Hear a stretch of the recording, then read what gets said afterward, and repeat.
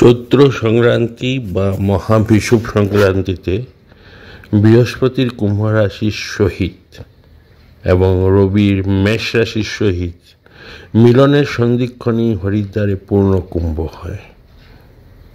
একমাত্র হরিদ্বারেই কুম্ভ রাশির সহিত বৃহস্পতির মিলন হয় বলিয়া প্রকৃতি কুম্ভযোগ বলা হয়।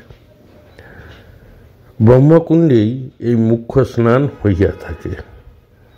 শিবরাত্রিতে প্রথম স্নান, চৈত্র অমাবস্যাতে দ্বিতীয় স্নান এবং মহা বিষ্ণু সংক্রান্তিতে তৃতীয় বা প্রধান স্নান হয়। প্রথমে নিরঞ্জনী ও জুনা পাশাপাশি শোভাযাত্রার বাহির হয়। তাহার পর নির্বাণী, বৈরাগী, উদারী ও নির্মলা। পৌষ সংক্রান্তি বা মকর সংক্রান্তিতে বৃহস্পতির সহিত মেষ এবং রবির সহিত মকর রাশির মিলনে সন্ধিক্ষণের প্রয়াগের পূর্ণ কুম্ভযোগ হয়। ওই দিনই প্রধান ও প্রথম স্নান। পরবর্তী অমাবস্যায় দ্বিতীয় ও বসন্ত পঞ্চমী বা সরস্বতী পূজার দিন তৃতীয় স্নান হইয়া থাকে। গঙ্গা, যমুনা ও সরস্বতীর মিলনস্থল ত্রিবেণী সঙ্গমে এই স্নান হয়।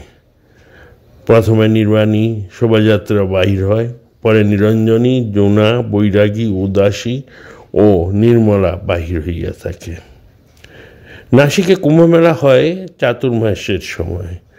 আষাঢ়ে শুক্লা একাদশী হইতে কার্তিকেয় শুক্লা একাদশী পর্যন্ত চাতুর্মাস্যকাল। শ্রাবণ মাসে বৃহস্পতিবারের সহিত মঙ্গল ও শুক্রের সহিত সিংহ রাশির মিলনে সন্ধিক্ষণের পূর্ণ কুম্ভযোগের প্রধান ও প্রথম স্থান হয়। ভাদ্রের অমাবস্যায় দ্বিতীয় স্নান ও কার্তিকের শুক্লা একাদশীতে তৃতীয় স্নান হয়। সন্ন্যাসীগণ নাসিক হইতে 20 মাইল দূরে গোদাবরীর উৎপত্তি স্থান ত্রম্বকেশ্বরে আস্থানা করিয়া কুশবত্ত ঘাটে স্নান করিয়া থাকেন। প্রথমে শোভাযাত্রায় জুনা ও নিরঞ্জনী পাশাপাশি যায়, তারপরে নির্বাণী, উদাসী ও নির্মলা। আর বৈরাগীগণ নাসিক ও পঞ্চবটিতে থাকিয়া গোদাবরীর রামঘাটে স্নান করেন। বৈশাখী পূর্ণিমাতে রবির সহিত মেষ ও বৃহস্পতির সহিত সিংহ রাশি মিলনের সন্ধিক্ষণই উজ্জয়িনীতে পূর্ণ কুম্ভযোগের প্রধান স্নান হয়। এই স্থানে একটাই স্নান হয়।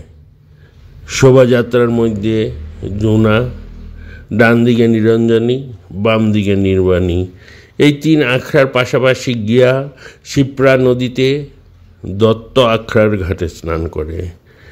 সন্ন্যাসীগণের স্নানের পর অপর তীরে বৈরাগী, উদাসী ও নির্মলা পরপর স্নান করিয়া থাকে। দশনামী সম্প্রদায়ের শোভাযাত্রার পদ্ধতি: প্রথমে যায় দিগ্বিজয় ডঙ্কা।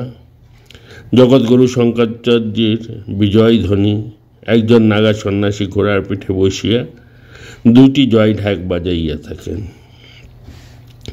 দিগ্বিজয় ঝান্ডা। জগৎগুরু শঙ্করাচার্যের বিজয় পতাকা। একজন নাগা সন্ন্যাসী একটা গেরুয়া পতাকা সহ ঘোড়ার পিঠে বসিয়া থাকেন। কসরত।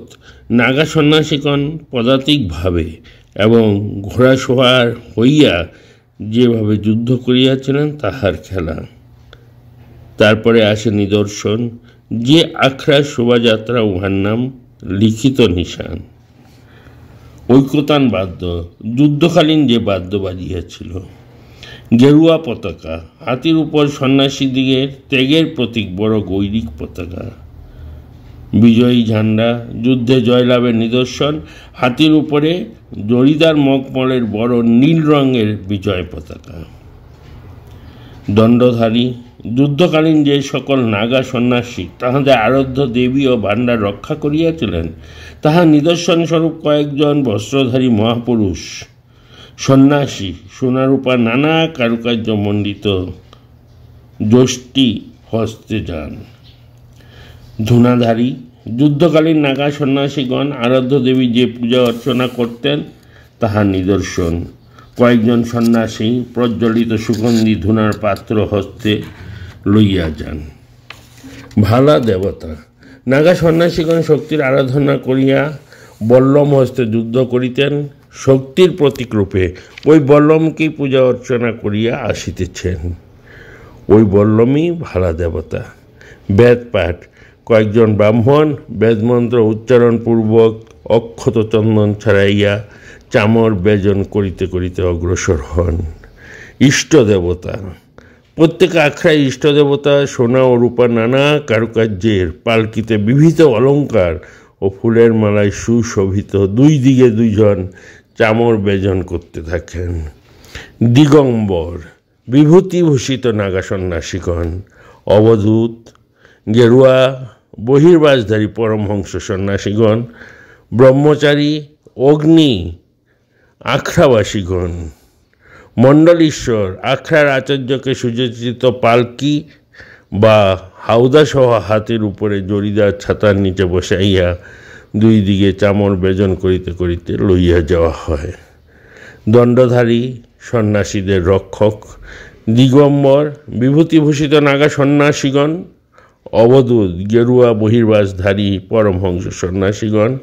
ব্রহ্মচারী অগ্নি আখড়াবাসীগণ এবং অবধূতানী সন্ন্যাসিনীগণ তাহারা একমাত্র জোনা আখড়ার অন্তর্ভুক্ত। আখড়ার বিবরণ। আখড়ার নাম, আখড়ার দেবতা। নির্বাণী আখড়া যারা থাকেন তারা কপিলমণি, নিরঞ্জনী আখড়া কার্তিক স্বামী, জোনা আখড়া দত্তাত্রয়, অটল গজানন, আনন্দ আখড়া সূর্য, আবাহন গণেশ এবং অগ্নি গায়ত্রী। মঠের নাম শৃঙ্গেরি মঠ, গোবর্ধন মঠ, সারদা মঠ, জ্যোতির্মঠ, যোগী মঠ, ক্ষেত্র বা ধান, রামেশ্বর, পুরুষোত্তম, দ্বারকা, বদ্রিকা আশ্রম। প্রথম আচার্য পৃথ্বীধর বা হস্তমালক, পদ্মপাদ, বিশ্বরূপ বা সুরেশ্বর বা মণ্ডন মিশ্র। তটক আচার্য সম্প্রদায় ভুরিবার, ভোগবার, কীটবার, আনঙ্গবার। সন্ন্যাসীদের পদবী সরস্বতী, পুরী ও ভারতী। বর্ণ, আরণ্য, তীর্থ, আশ্রম, গিরি, পর্বত ও সাগর। ব্রহ্মচারীদের পদবী বেদ, তীর্থ, অগ্নিদেবতা, অধিষ্ঠাত্রী দেবী। বেদের চৈতন্য, প্রকাশ, স্বরূপ, আনন্দ। তীর্থ তুঙ্গরা, ভদ্রা, মহাদধি, গোমতী, অলকানন্দা। অধিদেবতা আদি বরাহ, জগন্নাথ, সিদ্ধেশ্বর, নারায়ণ। অধিষ্ঠাত্রী দেবী কামাক্ষী, বিমলা, ভদ্রকালী, পূর্ণাগিরি। বৈরাগী সম্প্রদায় বৈষ্ণব সম্প্রদায়ের সাধুদিগকে সাধারণত হিন্দুস্তানি বৈরাগী বলে। ইহারা অদ্বৈতবাদী নহেন, সত্যগুণ ব্রহ্মের উপাসক। সত্যগুণ প্রধান শ্রী বিষ্ণু পরাৎপর ব্রহ্ম, তাহার উপাসনা অথবা তাহার অবতার পুরুষগণে সত্যযুগে নারায়ণ, ত্রেতাযুগে শ্রীরামচন্দ্র, দ্বাপর যুগে শ্রীকৃষ্ণ ও কলিযুগে শ্রী চৈতন্যদেব উপাসনা করাই ইহাদের সাধনা। রামানুজ আচার্য, শ্রীমধ্বাচার্য, বল্লভাচার্য, নির্বাক আচার্য, মহাপ্রভু চৈতন্যদেব প্রভৃতি ধর্ম আচার্যগণের আবির্ভাবের যুগে তাহাদের শিষ্য প্রশিষ্যগণের দ্বারাই এই সকল সম্প্রদায় প্রতিষ্ঠিত হইয়াছে। অনেকে উপাসনা ভেদে ইহাদিগকে রামায়েত, রামায়তী ও গৌড়ীয় বৈষ্ণবভাবে অভিহিত করিয়া থাকেন। এই সকল বৈষ্ণব সম্প্রদায়ও বড় বড় আখড়া ও মঠ আছে। দক্ষিণ দেশের স্থানে স্থানে নাসিকে, চিত্রকূটে, অযোধ্যায়, শ্রী বৃন্দাবন ধামে ও নবদ্বীপে এই সকল আখড়া ও মঠ দেখতে পাওয়া যায়। দক্ষিণ দেশে রামানুজি, বৈরাগী বেশি। অযোধ্যায় ও চিত্রকূটে শ্রীরামচন্দ্রের উপাসক, বৈরাগী বেশি। ইহারা তুলসীদাসী রামায়ণ ও তুলসীদাসের দোহা অধ্যয়ন করেন। শ্রী বৃন্দাবন অঞ্চলে শ্রীকৃষ্ণের উপাসক বৈষ্ণবগণ সমধিক প্রসিদ্ধ। বাংলাদেশে ও উড়িষ্যায় গৈর বৈষ্ণব সংখ্যাধিক্য। বৈরাগী বা বৈষ্ণব সম্প্রদায়ের মধ্যে 4টি মতধারী সম্প্রদায় আছে।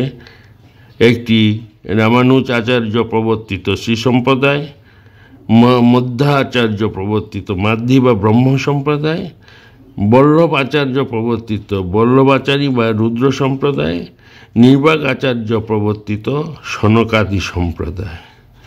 অন্যান্য কয়েকটি সাধু সম্প্রদায়ও দেখতে পাওয়া যায়, যথা কবিরপন্থী, দাদুপন্থী, গরিবদাসী ইত্যাদি। তাহাও বৈরাগী সম্প্রদায়ভুক্ত। শ্রী রামানুজ সম্প্রদায়ের শিষ্য শ্রী রামানন্দ, শ্রী রামানন্দের শিষ্য কবির, কবিরের পুত্র কমল, কমলের শিষ্য দাদু, দাদুর শিষ্য গরিব দাস। শ্রীচাঁদ প্রতিষ্ঠিত উদাসী সম্প্রদায়। গুরু নানকের পুত্র শ্রীচাঁদ সংসার ত্যাগ করিয়া উদাসী হইয়া বাহির হইয়া যান। তিনি পরে যে সম্প্রদায় গঠন করেন তাহার নাম উদাসী সম্প্রদায়। সুতরাং ইহারা সকলেই শ্রীচাঁদকে প্রধান বা আদি আচার্য বলিয়া মান্য করেন। ইহাদিগের আচার্যগণের মণ্ডলীশ্বর বলে। 10 নামী পরমহংস সন্ন্যাসীদের প্রতি স্থিত আশ্রমের মতো এই মণ্ডলীশ্বরদেরও পাঞ্জাব, সিন্ধু দেশে ও ভারতের নানা স্থানে স্বতন্ত্র আশ্রম আছে। ইহারা নানকপন্থী, কিন্তু গুরু নানক অপেক্ষা শ্রীচাঁদকেই ইহারা বেশি মানিয়া চলেন। ইহার গুরু নানক হইতে আরম্ভ করিয়া প্রথম 5 গুরু নানক, অঙ্গদ, অমরদাস, রামদাস ও অর্জুন এবং শ্রীচাঁদের সহিত গ্রন্থ সমষ্টি গ্রন্থ সাহেবের পূজা ও পাঠাদি করিয়া থাকেন বলিয়া ইহাদিগকে নানকপন্থী সাধুও বলা হয়। ইহারা বেদান্তবাদী। এদের আখড়ায় প্রধানত 2টি শাখা, উদাসী বড় আখড়া, উদাসী ছোট আখড়া। এই আখড়া শ্রীসঙ্গত সাহেবের সময় হইতে সংগঠিত হইয়াছে। উভয় আখড়াতেই 5 জন মহন্ত আছেন। নির্মল সম্প্রদায় নানকপন্থী। গুরু নানক, অঙ্গদ, অমরদাস, রামদাস, অর্জুন, হরিগোবিন্দ, হররাও, হরিকিষণ, ত্যাগ বাহাদুর ও গোবিন্দ সিংহ শিখ সম্প্রদায়ের এই 10 গুরু ছিলেন। মুসলমানদের প্রবল অত্যাচারের ফলে 10ম গুরু গোবিন্দ সিং শিখ সম্প্রদায়কে 2 ভাগে বিভক্ত করিয়া দেন। সাধু সম্প্রদায় ধর্মরক্ষক ও প্রচারক, আকালি সম্প্রদায় অবিবাহিত ও যোদ্ধা। সাধু সম্প্রদায়ের 2টি বিভাগ দেখতে পাওয়া যায়। নির্মলা আখড়া। নানকপন্থী 10ম গুরু গোবিন্দ সিংহই এই সম্প্রদায় গঠন করিয়াছেন, কাজেই তিনিই প্রথম বা আদি আচার্য। ইহাদের আশ্রমকে গুরুদ্বারা বলে। 10 নামী পরমহংস সন্ন্যাসীদের প্রতিষ্ঠিত আশ্রমের ন্যায় বিভিন্ন মহন্ত কর্তৃক প্রতিষ্ঠিত আশ্রম, যথা নির্মলা, বীরকৃত কুঠিয়া, নির্মল বাগ ইত্যাদি। এতক্ষণ ধরে আমরা কুম্ভমেলা শুনছিলাম ইতিকথা। বিভিন্ন সম্প্রদায়ভুক্ত হয়ে থাকে। এখন যখন তারা যান, প্রশাসন করেই যান, প্রথম নিরঞ্জনী আখড়া, যেটা আমরা নাঙ্গা বাবা দেখতে পাই, এরকম বিভিন্ন সম্প্রদায়ের সকল কথাই আমরা বললাম। কাকে মণ্ডলেশ্বর বলা হয়, কিভাবে যাবে, কি কি কারণ, সব আমরা শৃঙ্খলাবদ্ধভাবেই যাই এবং সকলকে টাইম দেওয়া হয় যে অমুক ও সম্প্রদায়ের অমুক থেকে অমুক টাইম পর্যন্ত সময় দেওয়া হয়। আর আমরা যেহেতু রামকৃষ্ণ মিশনের ভক্তরা, পুরী সম্প্রদায়, পুরী সম্প্রদায়, এই জন্য আমরা মনে আছে আমরা পেয়েছিলাম দুপুরের দিকে। এই ধরনের বিভিন্ন সম্প্রদায়কে বিভিন্ন টাইম দেওয়া হয়। এই টাইমগুলো নির্ধারণ করে সব সাধুরাই এবং উচ্চতম সাধু কর্তৃপক্ষ দ্বারাই মহাকুম্ভ সরকারের সঙ্গে ওরা সহযোগিতা করে থাকে। আমাদের রামকৃষ্ণ মিশনও কেমন করেছে তার সম্বন্ধে আপনাদের বললাম। এই হলো কুম্ভ মেলার তাৎপর্য। আপনারা একবারে যারা দেখেননি তারা কিন্তু কুম্ভ মেলা দেখা উচিত।